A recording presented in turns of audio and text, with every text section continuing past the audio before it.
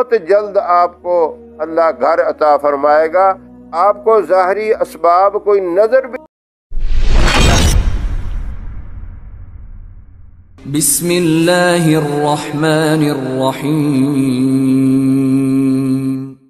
In the name of Allah, the Beneficent, the Merciful. نحمده ونصلي على رسوله الكريم. أما بعد فأعوذ بالله من الشيطان الرجيم.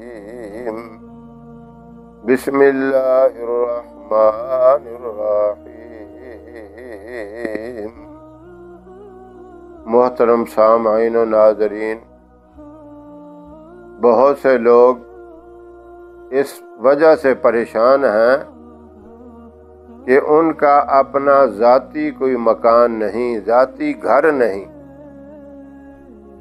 وہ کرائے کے مکانوں میں زندگی گزار رہے ہیں، پریشانی کی زندگی، یعنی اس میں یوں سمجھے کہ وہ دھکے کھا رہے، کوئی گارنٹی نہیں ہوتی. مالک پریشان کرتا رہتا ہے، کبھی کچھ کبھی کچھ. ہر مہینے کرائے کی بھی ٹینشن، پھر اس میں کرایہ بڑھتا رہتا ہے. تو یہ رات دن انہیں پریشانی لگی رہتی ہے اور دعائیں کرتے ہیں،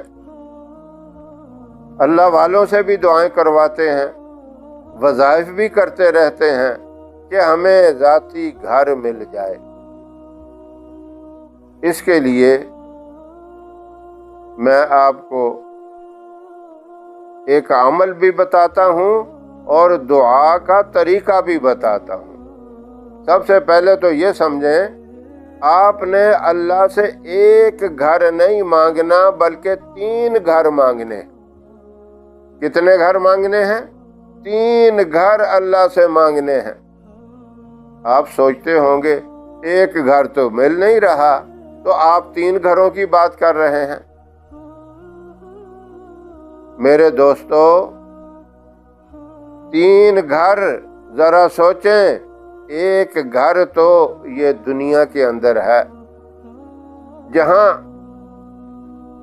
ایک معینہ وقت تک، ایک مقررہ وقت تک رہنا ہے. کتنا اس میں رہنا ہے یہ کوئی پتہ نہیں، کسی کے علم میں نہیں. 10 سال رہنا ہے، 20 رہنا ہے، 50 رہنا ہے، 100 سال رہنا ہے. آخر اس گھر کو چھوڑنا ہے، موت آئے گی تو سارا کچھ رہ جائے گا.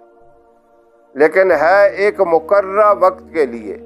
اور ایک گھر زمین سے تھوڑا نیچے بھی ہے، جس گھر میں ایک لمبی مدت تک رہنا ہے.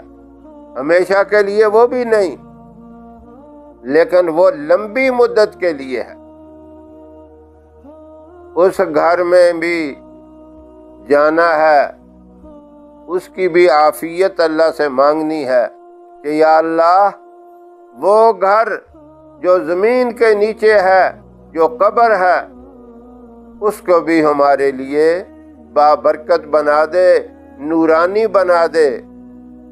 اور وہ گھر ہمیں اپنی رحمت اور برکت کے ساتھ ایسا عطا فرما کہ وہ جنت کا نمونہ ہمارے لیے بن جائے. نبی کریم صلی اللہ علیہ وسلم نے یہی فرمایا، اس کو مٹی کی ڈھیری نہ سمجھو، یہ جنت کے باغوں میں سے ایک باغ ہے یا جہنم کے گڑھے میں سے ایک گڑھا ہے. یہ گھر جہنم کا گڑھا بن گیا تو بہت مشکل ہے. یہ مانگنا ہے اللہ سے کہ یہ گھر ہمارا جنت کا باغ بنا دے. 5 وقت کی نماز کے بعد یہ دعا مانگنی ہے. صرف دنیا کا یہی گھر نہیں مانگنا. دوسرا، یہ قبر والا گھر جس میں ایک لمبی مدت ہے، لمبا عرصہ رہنا ہے.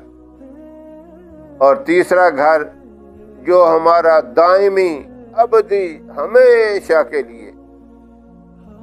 جو ختم ہی نہیں ہونا، اس کی مثال اللہ والے یہ دیتے ہیں کہ زمین اور آسمان کا خلا رائی کے دانوں سے بھر دیا جائے۔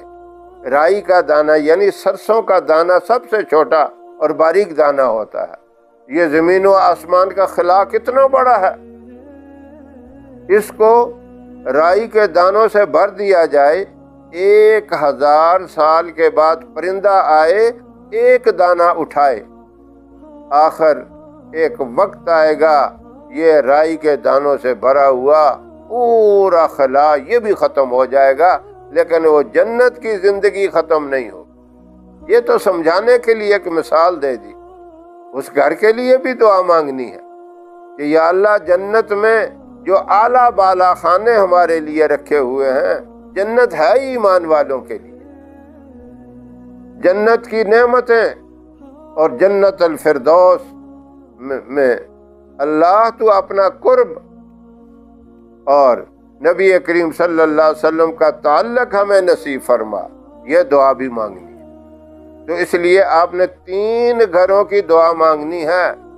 جب 3 گھروں کی دعا مانگیں گے، 2 گھر تو بڑے اونچے ہیں، قبر والا بھی جنت والا بھی، یہ دنیا کا تو کوئی چیز ہی نہیں، اللہ پہلے آپ کو یہ گھر عطا فرما، دوسرے تو بعد میں ملیں گے، لیکن یہ گھر آپ کو پہلے ملے گا۔ جس طرح کسی دکان پہ سودے کے لیے جائیں نا، تو وہ سودا تو دیتا ہے، ایک تھوڑا سا تحفہ اور ہدیہ اپنی طرف سے دے دیتا ہے، یہ جس کو بچے کہتے ہیں یہ چنگا ہے ہماری طرف سے، بچوں کو دکاندار کہتا ہے یہ چنگا ہے، اللہ رب العزت یہ گھر تو چنگے میں ہی عطا فرما دیں گے، یہ تو فری میں مل جائے گا، مفت میں۔ اصل یہ ہے 2 گھر، ان کی عافیت مانگنی ہے، وہ اعلیٰ مل جائیں، وہ خیر و برکت والے مل جائیں، وہ نورانی مل جائیں، تو یہ گھر مفت میں مل جائے گا۔ اگر آپ اس طریقے سے دعا مانگیں گے تو اللہ رب العزت آپ کو بہت جلد دنیا کا گھر دے دیں گے، اس کے اسباب پیدا کر دیں گے۔ اور اس میں آپ نے ایک وظیفہ کرنا ہے، وہ وظیفہ اللہ الصمد کا ہے، اس کو 313 دفعہ پڑھ کے آپ نے اللہ کی بارگاہ میں دعا کرنی۔ اس وظیفے کو دن میں یا رات میں کسی وقت بھی پڑھ لیں، ایک وقت متعین کر لیں، پھر روزانہ اسی وقت آپ پڑھیں۔